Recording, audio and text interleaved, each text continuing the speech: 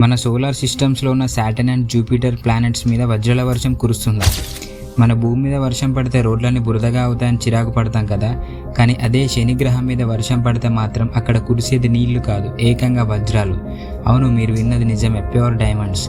అసలు ఇదెలా సాధ్యం అనుకుంటున్నారా? సింపుల్. శనిగ్రహం వాతావరణంలో మిథేన్ గ్యాస్ చాలా ఎక్కువగా ఉంటుంది. అక్కడ వచ్చే భయంకరమైన థండర్స్ అండ్ ప్రెషర్ వల్ల ఈ మిథేన్ గ్యాస్తో విడిపోయి కార్బన్ లాగా మారుతుంది. ఆ పైన కురిసిన కార్బన్ కిందకు వెళ్ళేటప్పుడు గడ్డ కట్టి గ్రాఫైట్ ముక్కలుగా మారుతుంది. అంటే మనం పెన్సిల్లో వాడే సీసం లాంటిది అన్నమాట.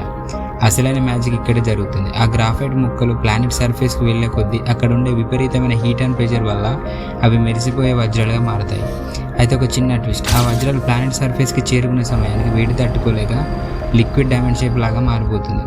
అందుకే సాటర్న్ అండ్ జూపిటర్ ప్లానెట్ మీద వజ్రాల వర్షం కురుస్తుందని సైంటిస్టులు చెబుతున్నారు. సింపుల్గా చెప్పాలంటే మెరుపులు, విపరీతమైన గాలులు, ఒత్తిడి వల్ల మీథేన్ గ్యాస్ కాస్త వజ్రాలుగా మారుతుంది.